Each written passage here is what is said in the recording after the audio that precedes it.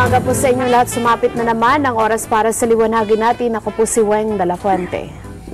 Magandang umaga po sa inyong lahat. Ang inyong pong lingkod sa Himpapawid, si Katotoy Talastas. Naharap na naman sa panibagong isyu, Katotoy, ang Iglesia ni Cristo dahil nga po dito sa paglabas ng dating itiniwalag na ministrong si Lowell Menorca. At sinasabi niya, pati daw yung mga Quezon City Police ginamit dun sa abduction sa kanya. Alam mo, kung talagang susuriin mo ito, makikita mo walang basihan ito eh. Unang-una, ang sinasabi dito ng periodiko, dalawang sunod na araw na ito eh. Hindi yata 2 o 3 sunod na araw na puro naka-headline. Ang ini-headline ang Iglesia ni Cristo. Ngayon, ang akusasyon nila sa Iglesia ni Cristo, yung serious illegal detention under Article 246 ng Revised Penal Code. Ngayon, kapag babasahin mo yung artikulo ng Revised Penal Code na yon at ibabase pa natin sa mga naging desisyon ng Korte Suprema ng mga nakaraang panahon, makikita ba, kukan mo dito, hindi aplikado eh. Bakit ka mo? Ang sinasabi dito, nung nakalakay doon, ino-orderan niya ng Supreme Court, sabi dito, sa Iglesia ni Cristo na i-produce. Yung writ of amparo at saka habeas corpus po. Writ of habeas corpus. Ibig sabihin na to produce under what authority. Sa anong dahilan at ito ay pinipigil nyo. At yung writ of amparo, ibig sabihin, protection naman, protection yun. Ngayon, samantalang sinasabi ng Supreme Court yun, yung pala, na kapag nai-intervene itong si Kwan, itong si Menorca. Nasa ng detention dyan. Sinasabi, ito anya i-produce ang body nito. Samantalang itong sinasabi na i-produce ang body dalhin sa hukuman para patunayang hindi ito talagwan. Samantalang 2 araw pa, nagsasalita na sa TV. Ini-interview na. Nasa ng serious illegal detention yan. Yan, miski nung una, ganyan din na nangyari nung kikwan sa isang kwan yung si Isaiah Samson, na makikita mo sinasabi, pinipigil daw sila, pero sa katotohanan, nakapagsasakta na kalalabas. Para maging serious illegal detention, kinakailangan, ikinukulong ka, pinipigil ka. Pero yung nakalalaya ka, kamukha ni si Samson, na di umano, dadalo daw sa pagsamba. Pero pagkatapos, hindi na bumalik, nagsasalita na. Sa mga hindi ka pinipigil, paano ka nakalabas? Dito rin sa pagyayaring to. Sa mga dito, meron talagang systematic kampanya ngayon para siraan ang Iglesia ni Cristo rito. Ang isang nakatatawag ng pansin dyan, Katotoy, ang lahat po ng humahawak dun sa kasong ito laban sa Iglesia ni Cristo, isang abogado lang. Isang abogado. Ayun, sa bagay, alam diferensya ko yun. Talagang pwedeng ang isang abogado, maraming hawakan, maraming asunto. Ngayon, ang sinasabi na dito, kamukha nito, kabstag in kidnapping. Kinidnap daw itong si Lowell Menorca. Isip-isipin mo, at sinasabi pa rito, pinagbabantaan daw sa papatayin sa papatayin. Kung siya papatayin, doon pa lang sa Bicol, patay na siya. At diba? Sinabi niya ay ano daw po, hawak daw kasi yung kanyang asawa at anak. At binabantaan din yung kanyang pamilya. 3 months yan, after 3 months, kain ka lang sasalita ng ganyan. At makikita, maski sa mga walang nagpapatoto, nakikita yung si Lowell Menorca ron, nakakorto pa, nakagagalaro sa paligid ng compound doon. Hindi yun ang tinatawag na illegal detention. Pero pa sabi, tinatawag na, kung ministro ka, mayroon iniimbestigahan sa iyo, kumbaga sa kanya, halimbawa yung confined to barracks ka muna, huwag ka muna mag-aalis. Hindi pwedeng lumabas sa bahay. Dapat ganon. Pero yung confined to barracks ka, naroon ka lang, samantalang merong inaalam sa iyo. Iniimbestigahan. Dahil may iniimbestigahan dyan eh. Ang iniimbestigahan dyan, merong nagkakalat hanggang sa abroad, sa mga vlogs po. Mga vlog na sinisira ng iglesia. Ngayon, samantalang iniimbestigahan niya, nababanggit ang pangalan nila, mga impormasyon, kaya kumbaga sa confined to barracks ka muna, diyan ka muna. Pero hindi nakakahulugan, nakakulong ka. At parang hindi lang naman po sa part ng disciplinary action ka, Totoy, di ba? May mga organisasyon na nagpapatupad din ng disciplinary Ganyan, action. disciplinary action. Parang sa sundalo. Halimbawa, kamukha nito ang Iglesia ni Cristo, ibang Iglesia ni Cristo sa iba. Ngayon, halimbawa kamukha nito, miski sa ibang reliyon, halimbawa pare. Ang pare meron kang sariling destino, di ba? Ngayon, kapag bigman ka, huwag ka aalis dyan. May itinatanong sa iyo. Ganun ang katulad dyan, pero hindi pumapatak sa tinatawag na serious illegal detention yan. Ang serious illegal detentions as provided under the ruling of the Supreme Court, yung bang ganap na pinipigil ka. Pero yung nakalalabas ka, nakababalik ka, nakakaalis ka, nakapagtata, pati pamilya. Paano nakalabas ang pamilya? Yun ang tanong.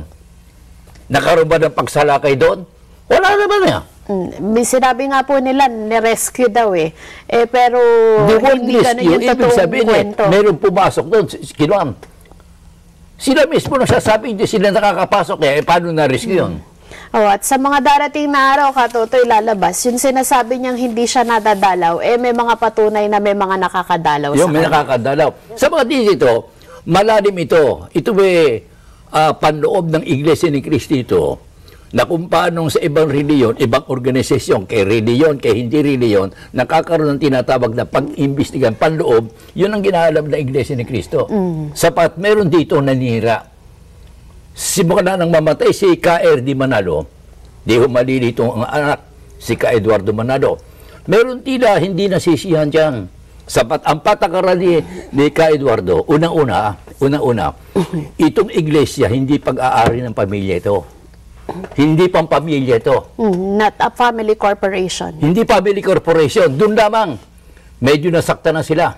Ikalawa, siyempre ito tumatagal ang iglesia, kinakailangan nakakaroon ng bagong pamilya. Nang itatag yung tinatag na sanggunian. Yung sanggunian, mekanika niyang kuhan.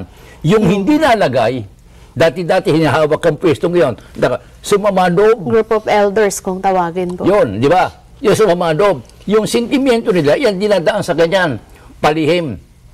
Palihim Ngayon, ang kinatutuwa ko lang dyan, wala pang issue ngayong ginagamit, itong mga ito, na mali ang aral ng iglesia. Wala hong doctrinal Walang doctrinal dito na hindi ka mukha ng mga nakaraang panahon, kung bapasahin mo kasi sa ng Iglesia ni Cristo, may mga humiwalay dito na ang paghiwalay nila hindi personal kundi doktrinal.